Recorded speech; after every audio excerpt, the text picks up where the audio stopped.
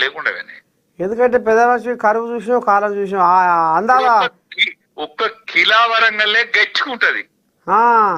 ఎందుకు గచ్చుకుంటది అంటే ఆనాడు కాకతీయులు ఆ కోట కట్టినాడే ఆ కోట ముఖాన్ని కూడా తొంగి చూడద్దు అంటే కోట లోపల అన్ని వసతులతో ఉంటది. అది ఒక్కటే సేఫ్ ఉన్నది. కాకతీయుల కాలంలో కట్టిన కిలా వరంగల్ మాత్రమే సేఫ్ ఉన్నది. మిగతా అంతా డేంజరస్ జోన్లు ఉన్నది. అబ్బా ఇది కథ. మరి ఇప్పుడు ఇప్పుడు ఇండ్లకు నీళ్ళు పోయి బియ్యం బస్తాలు నానే ఉప్పుతోకు నానే మరి ఇలా బువ్వ ఎట్లా మరి ఉపాసం వేసి వస్తుర్రా జనాలు? మరి అందరిని ఆదుకోమని చెప్తానేమో రేవంత్ అన్న. ఏదన్నా ఆదుకోవాలన్నా ఎమర్జెన్సీగా ఆదుకోవాలి. వాళ్ళన్న స్పెషల్ మంత్రులను పంపాలి. మా పొంగులేటి అత్తనేది ఏమన్నా పొంగే తీర్థం వాంగుతుందా? ఇప్పుడు నీళ్లు పొంగుతానే కదనే.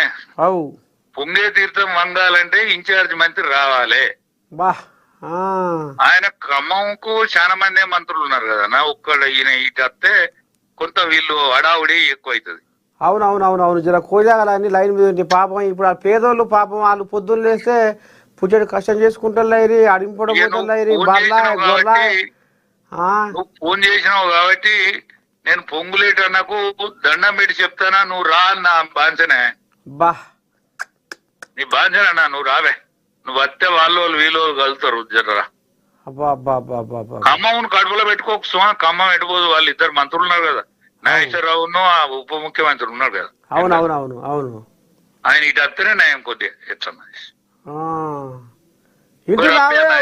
పొంగులేటి పొంగులేటి పొంగులేటి మంత్రి జర్రా కళ్ళ చూడు నువ్వేనాట. ఆయనేనా ఇన్ఛార్జి? ఆయన ఇన్ఛార్జ్ మంత్రి సారు ఎట్ట బాంచని అంటుండ్రు రాజన్న, కన్నవేన రాజన్న. దండం పెడతానా. పాత పరిచయం మేము టీఆర్ఎస్ లో అంతా ఒక్క కలిసి పని చేసినాం కదా. పరిచయమేనా? ఓ మంచి పరిచయం. ఓహో అప్పుడు ఆయన ఎంపీగా ఉన్నప్పుడా ఎట్లా? ఎంపీ ఉన్నప్పుడు నాది పైలా 25 కదా. అప్పుడు నేను కేసీఆర్ కుడిభుజాన్ని కదా. ఇప్పుడు కేసీఆర్ కుడిభుజాన్ని అయినా కేసీఆర్ ని ఎవడు కాంతలేడు, నన్ను ఎవడు కాంతలేడు. ఊకోవే రాజన్న గట మాట్లాడతావు. మీకేమైందే? బట్టలు వేసుకొని తెల్ల బట్టలు వేసుకొని తిరుగుతాను. గొర్రెల మేకల అభివృద్ధి కార్పొరేషన్ చైర్మన్ అయినవు. ఇంకేం కాలం చూసినావు అన్న. 1000 కోట్లు మింగి 1000 కోట్లు నా భుజాన తుపాకి పెట్టి కాల్చిపాడి దగ్గర కొల్లు నాగం చేసిరి. ఏమన్నదన్న నన్ను ముందర పెడితే ఏమవుతుంది? నేను వచ్చి వాళ్ళని క్షమించమని కోరుతాను. ఎందుకంటే చచ్చిపోయినాడు, వాళ్ళు రాకపోతే ఎట్లా? అంతేనా? బా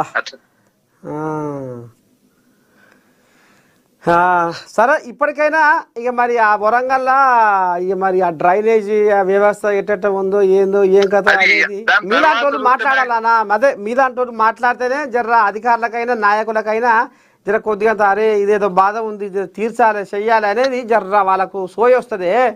దాని తర్వాత దాన్ని మొదలు పెట్టుకుంటే డ్రైనేజ్ సిస్టమ్ కానీ ఎమర్జెన్సీగా ఏమేమి పనులు చేయొచ్చునో అవి చేయాలి ముందుగా. అదే ఎమర్జెన్సీ చేసినాక అయినా అంటున్నా నేను ఇదంతా ఇప్పుడు ఈ కొలపురం అంతా బయట చేసినాక ఈ తాకులాట ఎట్లయితే పాడైపోద్దో పక్క పొంటే కేనాలు ఉంటది, అన్ని ఉన్నాయి, అన్ని వసతులు ఉన్నాయి. ఇదేంది అల్లున్నట్లే శని ఉన్నట్టు అన్ని ఉండగా అల్లున్నట్లే శని ఉన్నట్టే కదా. అదే మహానగరం ఇది. అవు కానీ ఏదేమైనా జర్రా మరి ప్రధానమంత్రి రేవంత్ అయ్య కూడా మరి ఇక ఒక్కటే మురిగి చెప్తా ఉన్నాడు. మాకు పొంగులేటి శ్రీనివాస్ రెడ్డి గారిని పంపితే ఇదంతా సగబెడుతుంది. జర్ర ఆ కోజాగా అడుగు పెడితే కానీ అన్నిటికీ సగబడుతుంది అంటావు. లేకపోతే కాదు. బా రాజన్న పాపం మీ వరంగల్ బాధ చూడలేక మా ఏఎన్ఎన్ నుంచి మేము కూడా జర్ర పబ్బది పడుతున్నాం పొంగులేటికి. జర్ర ఇదేమన్నా ఈ పొంగే వాగులు పొంగుతాయి ఈడ వ్యవస్థ.